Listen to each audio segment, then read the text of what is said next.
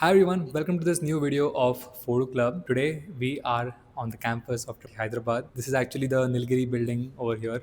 It's the building that you see when you search for Hyderabad on Google. So if you are someone who is like targeting usually, please keep watching this video. And we'll try to cover all aspects of this exam. Suhan, I would love if you were to introduce yourself in your own way. Hello everyone, I'm Suhan. I'm currently a first year student in Computer Science Division of IIIT Hyderabad. I entered through UGEE. I was ranked 6 in UGEE and I also scored a rank of 9,037 in J mains and a rank of 8,600 in J advanced. So yeah, I'm just saying that so you have credibility. So if someone out there watching this video wants to do well in UGW particularly, even though they've been studying for JEE, what can they do to like switch their preparation slightly towards UGW so that they do better at it than someone who doesn't know about it? So I'd like to answer that with the format of UGW. It's actually composed of two parts. The first part tests your skills that are related to JEE mains, the SUPR. That exam basically works on the things that you've already studied: mathematics, physics, chemistry. You'll be tested on that, and it's not very hard. It's very similar to JEE mains. That's what I found.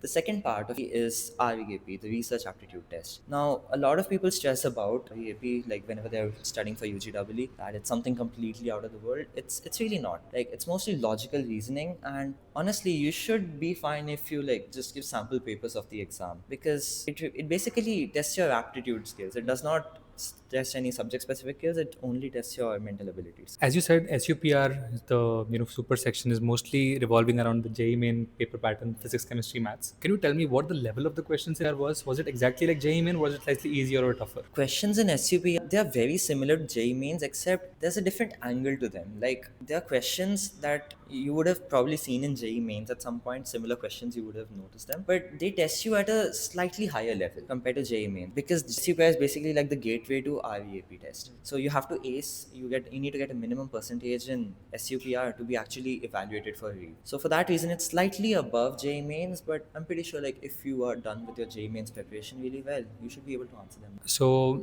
most students actually don't know about the REAP section, the REAP section. There's always this confusion about what exactly is being asked and what exactly is expected from you as a student. So can you please tell about the type of questions you encountered in REAP? The types of questions you encounter in review, that is a very subjective question, because honestly the questions that are asked in review, you will not find those questions anywhere. Some of them are linguistics based, some of them are based on pattern recognition and a lot of other mental aptitude things. But like what I did for reap section, I just gave mock tests a few, and yeah, I saw a lot of questions that were similar in nature, and like the spirit of the question was pretty much similar, and there will obviously be a lot of questions that you would never have seen before, and probably questions that you never see ever again. You have to be prepared for that, honestly.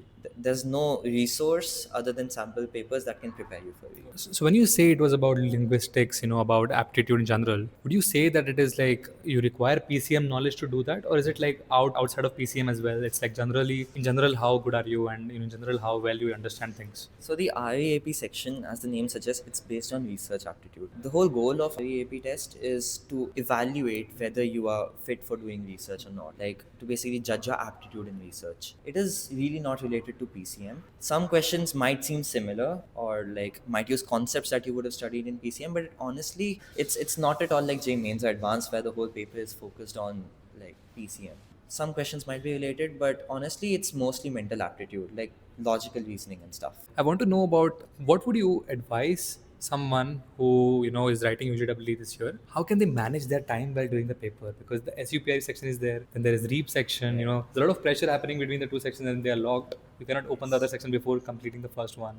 So how did you go about the exam time management? Honestly, that's a very tricky question because it'll be different for everyone. But I can tell you what I did. Like, my whole goal was to get a bare minimum in SI and then focus on REAP, because like anyone can answer the PCM questions, and those questions are not really going to matter because SUPR has a lower weightage than REAP. So get through the SI questions, do the questions that are easy first. Go like you go through the paper 3 times, the same trick you do for JEE mains, and basically don't get into the habit that you want to finish the paper entirely, because that's not going to lead you anywhere. It's the REAP section that is actually more important, has more weightage, and get through the SUPR quickly and then focus on VEEP. And you remember that once you enter VEEP, you cannot go back to SUPR.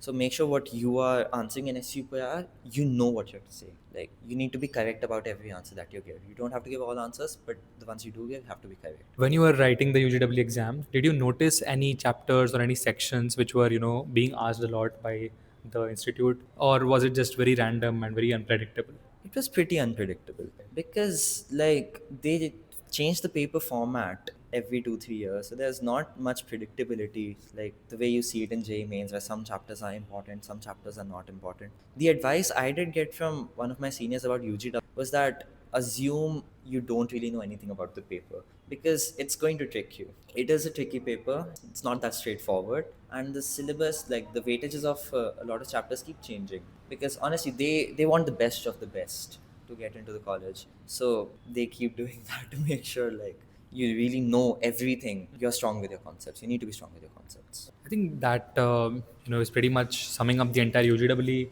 part of the video. Now let's discuss about the interview. Okay, so you got to know that you are completely done and have to give the interview. So what was that feeling like? When you know that you are going to be interviewed for the first time as a JEE aspirant. कभी interview होता नहीं है JEE में, but I know interviews. So how was that feeling like when you know you have to like give an interview as well? It was pretty weird. Like, I did not know what to feel. At one point, I was kind of happy that I have cleared UW stage and now I have interview. Like, I'm about to give the first interview of my life. The part they actually want to test you on is your logical reasoning again. That's the same thing in the interview. They want to know your thought process. Like, they'll give you a few questions and they don't really care if you get the answers or not. They just want you to think aloud. They want to know how you think, so they can actually evaluate whether you're fit for doing research or not, if you would actually be good at research. And that, I feel, is like, I did not expect that. I assumed it would be questions being asked and you just have to answer them straightforward. But it was really not like that. And the people who take the interview,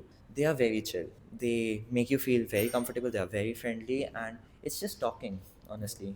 Just talking to them and talking about how you would go about solving a given question that you're asking you. That's pretty much it. The interviews, it's very chill. From all of your experiences, what are the topics or what are the categories of questions that are asked in interview in general? I know that you're not allowed to share the direct questions, kya kya aaye the, but if you were to like share the categories, if someone, I'm pretty sure that as a JEE aspirant, I might not have any idea about linguistics. Okay, in the interview, I can tell you about the kind of questions I and a few of my friends were asked. They were basically puzzle based questions. Like, you would get a logical puzzle and you have to solve it.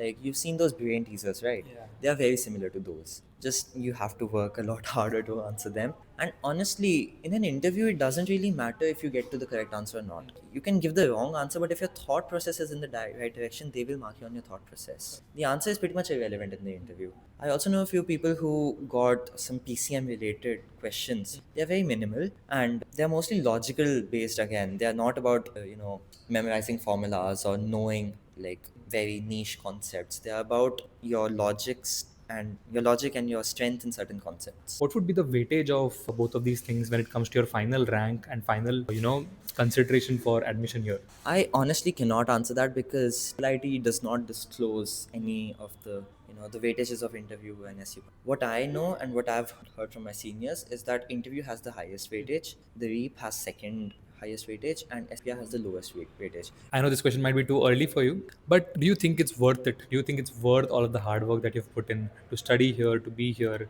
and to like, experience what you do on a daily basis? I'd say it's worth it because honestly, getting to a good college is it's really important for you to have a good life if you want to be successful in life. Like, everyone says college does not matter, but I think it really does. Like, a college shapes the people you talk to, the people you hang out with, and those people shape your mindset about everything. And I think getting to a good college with smart, good people around you, that really helps you aspire to achieve more. That's been my experience. And honestly, I think it was worth the hard work. At the last part of the video, I just want to say that if you would like to share any advice or any words for the students who are writing the exam this year, it would be really helpful. Just don't take stress. Stress it's really gonna ruin your preparation. As I've experienced it firsthand, you get really stressed about colleges, ranking, what rank you're getting in mains, advanced. Just don't let that bother you and put in your best foot forward, because you'll end up somewhere good. It's like, it goes without saying. Just put in your hard work and don't worry about the results. They'll come on their own. So that's it for this video. Thank you so much for watching. I hope you got all of your doubts answered about UGW. If there are any more questions, feel free to ask them in the comment section and we'll get them answered as soon as possible. Okay, that's it for this video. All the best for your exam and Saath साथ mein में Phodenge. पढ़ेंगे.